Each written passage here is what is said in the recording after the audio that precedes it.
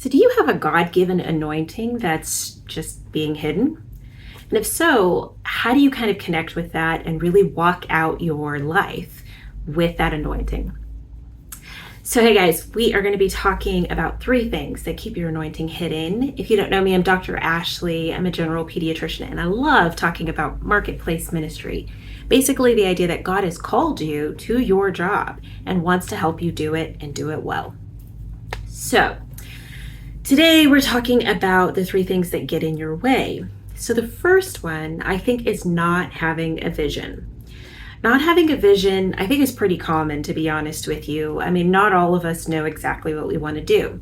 Talk to any senior that's graduating from high school or college, and most of them will say, I don't know, and get this look of terror in their eyes, right? Like we just don't really know. And even for the things that we decide that we're going to do, sometimes they change quite drastically. Sometimes they change quite decidedly. And sometimes God really puts us in a completely different place, a completely different lane than what we were initially planning on doing. So what is it that God has called you to do? I think the reason that vision matters so much, it's not that it doesn't change over time, and it's not that we don't sometimes get a new vision. It's that we sometimes just get so interested in whatever the next big thing is, or we get so distracted by like what someone else is doing that we kind of get taken off in this way that's not exactly where God wanted us to be. So sometimes that happens because there's just something big and flashy happening. This person made all this money. This person is like just loving their life. This person quit and is doing this thing. You know, sometimes there's something very big and flashy that will kind of distract us. But another way this happens is that we're just kind of plain not listening. I think for a long time, especially when I was in college, I kept hearing all of these stories about people, mostly pastors, that had this plan, and then they finally listened to God, and God told them to leave their plan and go be in ministry, right? I think far too often we hear of people that are being called to ministry, but then we just choose our drops. So it's just not very biblical or not very holy, right? But that's not really true. Like God will lay on our hearts a lot of times the dreams that he's written and the abilities that he's given us. And so just because we're choosing our career doesn't mean that it's not holy. And getting a good vision, getting a clear God-given word and like encouragement for where we're going is a big part of staying anointed and staying focused on where we're going. Now, the second thing that really gets in our way is past disappointment. And if you guys don't know my story, oh my goodness, this is the life I'm living, right? So far too often things happen over the years that even if we know where we want to go, things get in our way. There's setbacks, there's problems, there's again, distractions. And sometimes those things will take us very far from where we were trying to go. But sometimes those things will really kind of make us question God and really not believe that he's gonna help us, right? If he let this big bad thing happen to me, then does he really care about my life and my career at all? So if you know me, you know I'm a very strange person. I do a lot of really weird, really unrelated things. And so I realize I'm very aware of this fact that I, growing up, noticed that if I did something big and impressive, it got me attention. My parents are separated, and my dad lived hundreds of thousands of miles away. And so basically, if I did something really good, then I would get noticed, and I would get accolades, and I would get a phone call or whatever. I would get something that kind of made me feel important and worth it. And so I know exactly where it comes from, but trying to get my head out of that way of thinking is really hard. So as a kid, it was, I'm going to get straight A's. I'm going to go learn this new dance. I'm going to learn a third instrument, right? I was always doing something weird and random that, would get me noticed. But I've continued doing this as an adult, right? Like I went and self-published a book. I published a CD with friends, right? Like I'm doing medical missions, or I'm doing all these things. And so I feel like I'm forever trying to push myself forward and trying to push myself to get noticed. Here's the deal. My setback really, really made this impossible for me to do. And if you don't know my story, basically right after med school graduation, I got bacterial meningitis. I got really sick. I was in the hospital for a while, and then I had brain damage as I started working as a doctor. I really had to learn a lot of workarounds, had a lot of help from my residency program. But essentially what happened is I was doing a lot of complaining that year. There was a lot of things that were just not going quite the way I wanted them to. And instead of being the, impressive on top of it, I totally have my life together one, I was really, really struggling.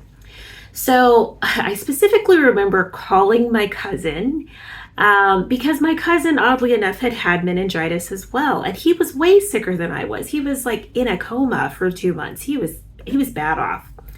So I was asking him, like, how did you, build your life back up and get back in there? Like, how did you keep going? And he was like, what are you talking about? You just get up and go. Like, what? You're not dead. Just go. And I remember being like, what? Like, I don't understand. How did you do it? Right? Like, it just seemed so completely impossible to me. And the reason it seemed so impossible is because I put so many expectations on myself and I wanted to be the most impressive. And being the most impressive while having brain damage, it just wasn't working. And so essentially people just got tired of me. I was complaining all the time. I was, running into problems all the time. I had family members that kept, blowing off things I was saying. Doctors, my counselor, eventually fired me, right? Like, people were so tired of me. But the thing that was so great about that year is God never got tired of me. He never got tired of me complaining. He never got tired of me crying about my circumstances. He never got tired about how bad things were. And a lot of times I would be trying to pray or trying to be at church or trying to read my Bible, and I would just end up crying instead. Like, it really wasn't, I'm not sure I had like a real relationship with God that year. But afterwards, God told me that those were his favorite times. And I was confused by that. I was like, those were my nightmares, right? Like, that wasn't a relationship. That was just me falling apart. But essentially God was saying, you were being true to you. And all I ever wanted was you to be you and you to spend time with me. And so even if that was me crying and falling apart, that's still something beautiful that God finds worthwhile. And so I hope that encourages you today if you had a big past disappointment, because God is not afraid of your disappointments. He's not afraid of your anger, your tears. And more than anything, he wants to help you get back up and walk through them. So if you are along those lines and would like more information about that, I'm actually going to be doing a workshop at the end of this month about how to kind of pick yourself back up after a big setback. So subscribe here if you want to hear more about that. And we'll definitely be talking about how to do it. But anyway, the third thing that kind of keeps us from walking in our God-given anointing is imposter syndrome, right? If you know where you're trying to go and you're getting over your disappointments and your obstacles, but then the next obstacle you run into is yourself, right? Your own insecurities, your own problems with your own lack of confidence.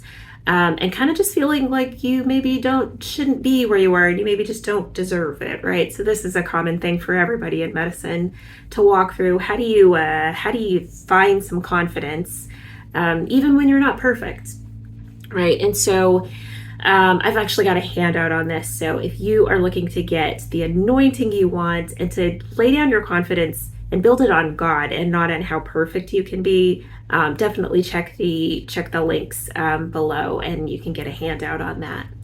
But the other main thing is to just make sure that you're building and listening to God.